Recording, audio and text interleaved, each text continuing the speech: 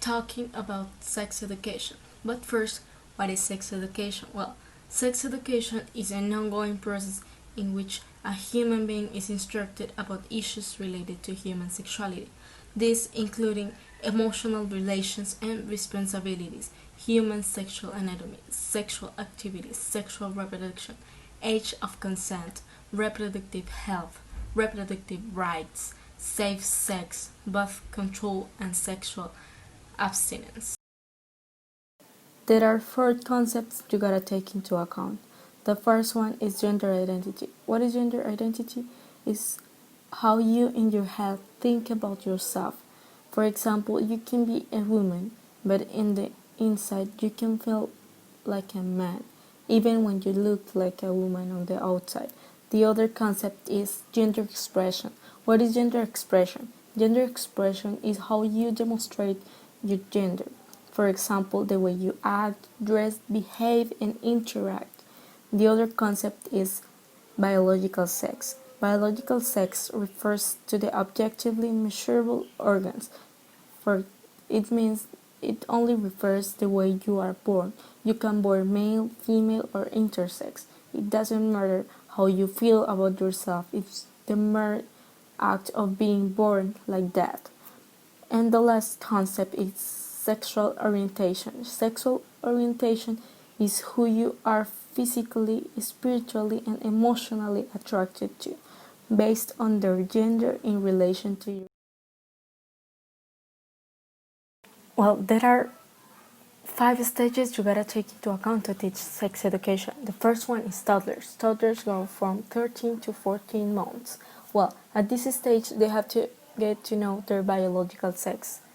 The second stage is preschoolers. Preschoolers go from 2 to 4 years old. Well, at this stage, they understand the very basics of reproduction, the sperm and the egg, joins, and the baby grows up inside mom. The thing they have to learn is that the body is their own. And also, they have to know when it's appropriate to be naked or not. At the third stage, the school-age children go from 5 to 8 years old.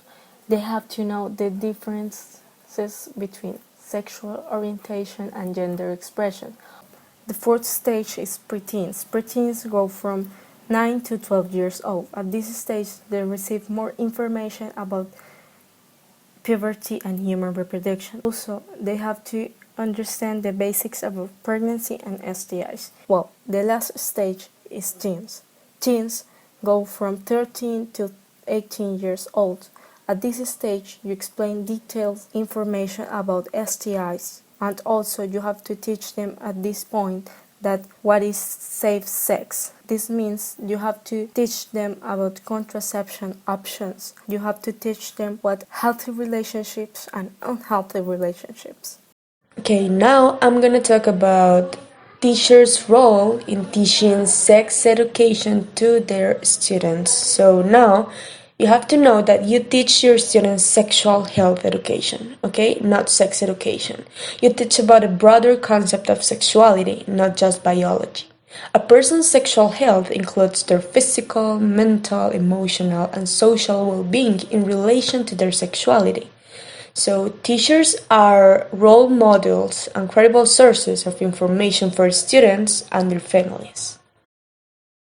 Now, according to official journal of the American Academy of Pediatrics, sexuality education is more than the instruction of children and adolescents on anatomy and the psychology of biological sex and reproduction. It covers healthy sexual development, gender identity, interpersonal relationships, affection, sexual development, intimacy, and body image for all adolescents, including adolescents with disabilities, chronic health conditions, and other special needs. Currently, teachers cannot keep up with the idea of talking about sexual education in a strict term.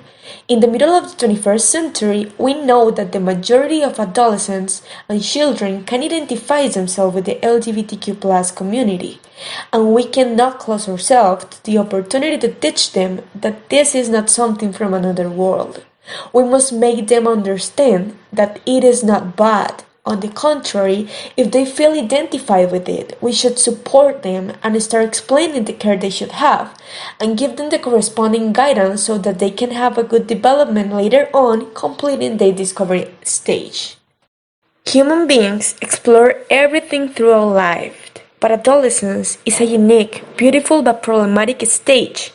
In it, hormonal, emotional, and physical changes, in addition to the socioeconomic and cultural context, play, and self-discovery, generate a conscious or unconscious interest in having a sexual encounter with other people, according to Luis Miguel Bermudez, Doctor of Education and expert on gender issues.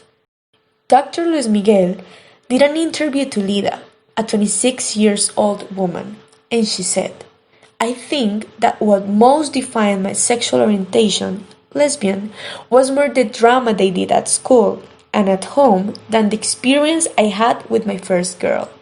She tells him, if I had had a kinder environment, I would have suddenly understood that what was happening with me was simply my exploration of sexuality and not a desire to define if I was gay or not. Okay, now that we have heard in broad terms what sex education is, we get to two questions that are related to one another. The first one, why is sex education important for schools and society? And the second one, how should sex education be implemented? Okay, to answer the first question, we highlight three main points. The first one is that it raises conscientiousness of taking care of our bodies. For children and adolescents, sex education is important due to the fact that they can learn how to clean their bodies according to their age. They can understand what body parts are forbidden to be touched by people, which means that they can protect themselves from sexual abuse. And also for adolescents, they can avoid AIDS when doing sexual practices. Another one is that sex education can make us more conscious of our identity. Sex, gender, and even sexual orientation can be portrayed as an importance of teaching sex education because it gives us a very complete image of how we are, our identity in this case. And finally, it empowers people to feel safe. LGBTQ plus people tend to be very stiff upper lip. This means that they do not show any like for another person because of the possibility of being bullied, right? To that in mind, I will show you a case. Sergio Reco, a guy who studied in a school from Bogota, was gay, but he didn't tell about it because all people in his school were very homophobic. Besides, he got a relationship with a classmate. One day, a teacher found out about it because of a photo, and he was obliged to show it in front of everyone. Since then, he was tormented. He was bullied physically and emotionally. Every day for him was a pain, so he decided to commit suicide to relieve the pain because he didn't feel safe in the community. Therefore, sex education is very vital if we want to prevent cases like this. Okay, to the last question, which is how should it be implemented, we get two options: families and schools. With family, parents can teach it when they talk freely to their children about sex education or sexual practices or how to take care of their bodies. And with the schools, it's a little bit more complex because a school should analyze the context so as to find the needs in terms of sex education and therefore implement it like a new curricula in order to satisfy those necessities.